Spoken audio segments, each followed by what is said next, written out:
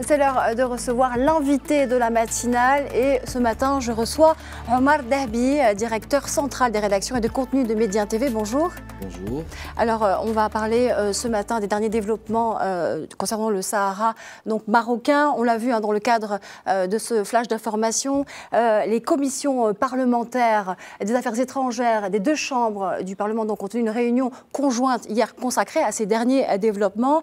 Cette réunion a eu lieu en présence du ministre marocain des Affaires étrangères et de la coopération internationale, Nasser Bourita, donc, qui a clairement dénoncé de dangereuses incursions du Polisario dans la région de Bih Lahlou et dans la zone tampon. Alors, Omar Dahbi, est-ce que vous pouvez nous dire ce qui se passe et comment est-ce que vous pouvez décrire la situation actuelle concernant le Sahara? La situation est très grave parce qu'il s'agit d'une violation d'un accord international entériné par les Nations Unies, notamment par le Conseil de sécurité. Et pour le comprendre et comprendre la gravité de la chose, il faut d'abord savoir ce que c'est qu'une zone tampon, pour expliquer un peu aux téléspectateurs. Une zone tampon, c'est une région qui est démilitarisée et qui constitue une séparation entre deux parties dans un conflit quelconque, sous l'égide de la communauté internationale ou dans le cadre d'un accord soit bilatéral, soit multilatéral. Donc ça consiste à ce que chaque partie reste derrière une certaine ligne de démarcation pour faire respecter le cessez-le-feu. Or, il se trouve que depuis 1991, date à laquelle les deux parties, et plusieurs, puisque l'autre partie, c'est aussi le Polisario et l'Algérie qui est derrière. Donc, depuis, sous l'égide des Nations Unies, on a instauré une zone tampon, un cessez-le-feu, et le Polisario, durant plusieurs années, il n'a cessé de faire quelques incursions de temps en temps, qui ont été dénoncées et inscrites dans les annales des Nations Unies. À chaque fois, il y a des protestations et qui sont relevées par le Conseil de sécurité. Or, aujourd'hui, on assiste à une escalade et à des incursions structurées et planifiées. Tout laisse entendre que ce n'est plus des incursions occasionnelles, mais d'une démarche qui est structurée. Pourquoi structurée? Parce que, d'abord, il faut rappeler que ça a commencé avec Tifaliti, une région qui se trouve dans la région tampon, où le Polisario a tenté, il y a plusieurs mois de cela, d'installer des constructions. Le Maroc avait réagi à l'époque, le Polisario avait battu en retrait, et puis, dernièrement, il y a eu une tentative à Guerguerat, et là, maintenant, c'est la région de Mehbes et de Bir Lahlou. Pourquoi cela? C'est l'intention qui est dangereuse. Aujourd'hui, avec tout l'effort diplomatique qui a été fait par le Maroc, grâce à une politique dirigée par le roi Mohamed VI, de retour dans les instances africaines, d'être actif dans ces instances, d'essayer de rétablir une situation légitime, à savoir qu'un membre de cette Union africaine est un membre qui est illégitime parce qu'il n'existe pas en tant qu'État, le Polisario est en train de vouloir barrer la route au processus qui est en train de se faire de rétablir cette légitimité. J'explique rapidement. Un État dans le droit international, c'est un pouvoir politique, un territoire et une population. Et ce pouvoir politique devrait avoir une maîtrise du territoire. Or, il se trouve que ce pseudo-État, qui est la fantomatique Razd, n'a pas de territoire et sur lequel il n'a pas de pouvoir. Et il se trouve, il y a une population qui se trouve au sud-ouest de l'Algérie, à Tindouf.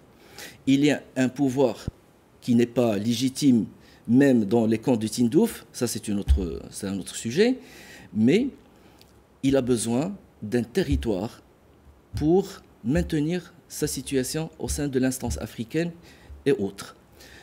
En perte de vitesse, le Polisario, il est en perte de vitesse. Il n'arrive plus à tenir face à deux principes qui gèrent la politique étrangère marocaine, à savoir le respect de la légalité internationale, le respect des engagements du Maroc sur le plan international et les percées diplomatiques qui sont réalisées. D'accord, Omar Rabi. Alors ça, c'est un état des lieux de la situation actuelle.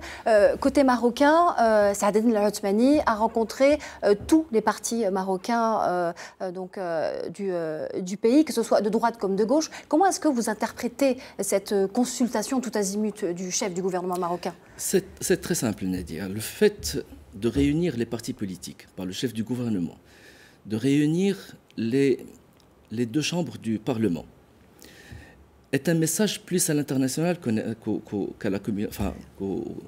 sur le plan national. Pourquoi ça? Parce que les Marocains sont unanimes sur la question.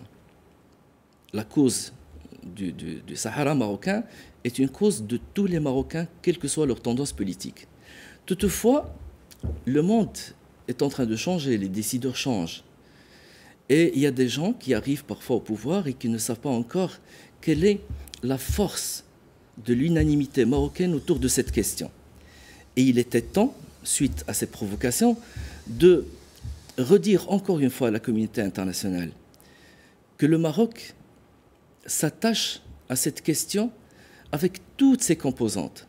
Le gouvernement, les partis politiques, la société civile, les médias aussi, tout le monde est unanime sur la question et jamais personne ne tolérera n'importe quelle concession sur cette question. Alors, ces événements se produisent à quelques jours seulement du rapport que doit présenter le secrétaire général de l'ONU sur le Sahara. Pourquoi cette provocation du Polisario maintenant, Omar Dabi? Il y a peut-être deux explications. D'abord, c'est récurrent. Depuis des années maintenant, chaque fois qu'on arrive au mois d'avril, il y a des provocations pour un peu perturber le climat global de la question du Sahara. Sa Majesté le Roi l'avait d'ailleurs bien fait remarquer lors du discours de Riyad, grand discours historique sur les questions internationales, où il a bien mentionné cette affaire de sortir à chaque fois l'affaire du Sahara avec quelques rebondissements désolants à chaque fois qu'on est au mois d'avril. Mais il y a une autre question aussi qui est très importante. Pourquoi maintenant? Parce qu'il y a d'autres paramètres. Nous avons, et il faut le dire clairement, nous avons un voisin de l'Est, aujourd'hui, qui se trouve dans une situation très très délicate. Et nous avons une situation géopolitique de la région, sahélo-saharienne, qui est très compliquée à gérer. Donc, un pouvoir en Algérie qui a du mal à encore continuer à imposer son pouvoir, donc il a besoin d'une certaine légitimité. Sa légitimité, il la veut une sorte de pouvoir militaire qui est nécessaire peut-être pour une région.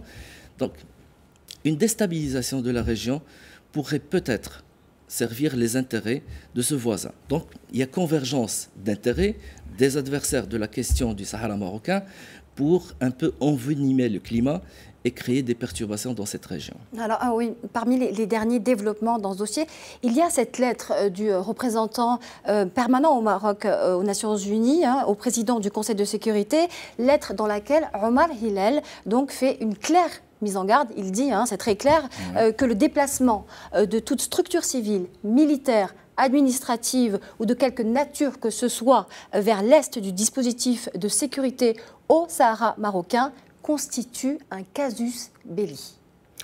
Le message est clair, avec un langage diplomatique habituel. C'est qu'on dit que la communauté internationale, à savoir le Conseil de sécurité des Nations Unies, doit assumer ses responsabilités. Il faut aujourd'hui qu'il y ait une intervention. Cela fait plusieurs mois que le Maroc dénonce ces incursions. Certes, les déclarations du secrétaire général de l'ONU et de certains membres du Conseil de sécurité ont été clairs en condamnant ces incursions, mais il faut reconnaître que rien n'a été fait au concret pour stopper ce genre d'agissements qui sont une sorte de provocation même militaire, parce qu'une zone tampon doit rester inviolable. Alors le message marocain est quoi? Soit vous rétablissez dans le cadre de l'accord du cessez-le-feu, soit le Maroc appliquera son droit de riposte, qui est tout à fait légitime. La crédibilité du Maroc sur le plan international est certes une force, mais le Maroc est aussi fort que ce soit de son armée et de l'adhésion de tout le peuple marocain sur cette question.